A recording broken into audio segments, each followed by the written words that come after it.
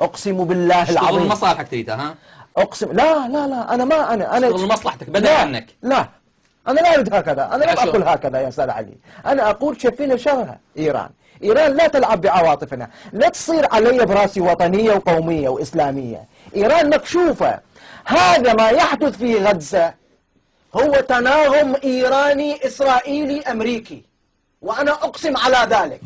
أكرر هذا كلام تناغم إيراني إسرائيلي أمريكي من أجل زيادة اختراق إيران للنظم العربية وللتيار القومي العروبي الذي أخذ في الآونة الأخيرة يدافع عن موقف إيران بحسن نية، لكن إيران حقيقة موقفها وموقف مخزي للعرب وللمسلمين.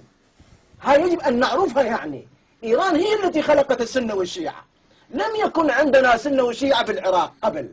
يجب أن لا تعبر علينا هذه اليافطة. إيران هي التي خلقت السنة والشيعة.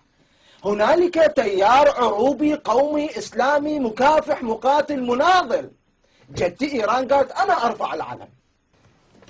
الخميني بالطيارة مالته من فرنسا إلى طهران. نعم. سأل الصحفي من هيكل؟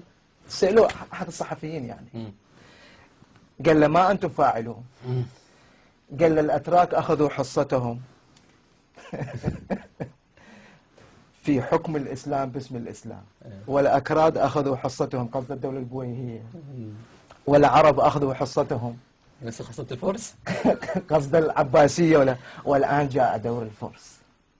فإيران تريد أن تسيطر على العرب، ولا يمكن أن تدخل الجسم العربي من خلال الإسلام. اسمح لي، تدري ليش؟ تعرف ليش أستاذ علي؟ لأنها دولة طائفية لا يمكن أن ترضي السنة والشيعة.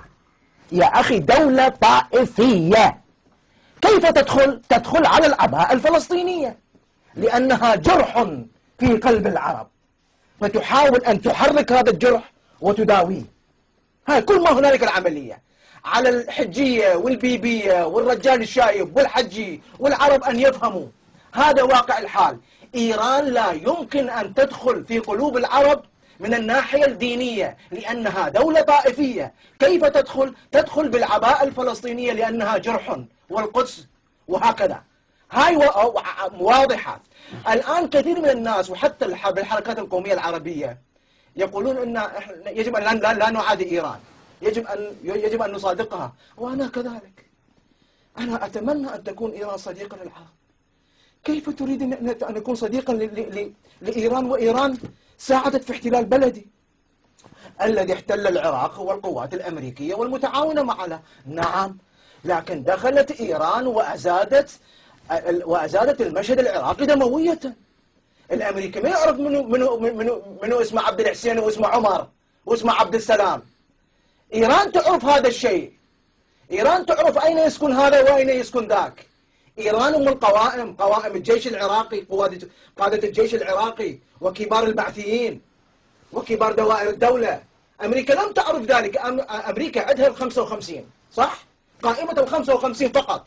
أما قوات غدر واطلاعات وفيلق القدس يعرفون. تدري في مدينة الثورة فقط أو مدينة صدام ذبحوا 3000 لكونهم بعثيين. 3000 واحد ذبحوهم ذبح. من الذي يتحمل؟ يعني إيران تقتل بالعراق وتساعد الفلسطينيين بالكلام فقط، وتريدني أني أأمن إيران؟ كيف تريدني أأمن إيران؟ لا والله أن يقبل على العرب على علاتهم أقبلهم. إذا ما الشيء من عربي هسي شيء مرة أخرى، لكن فارسي صفوي طائفي خارج الحدود لا أقبل منه على الإطلاق. شكرا.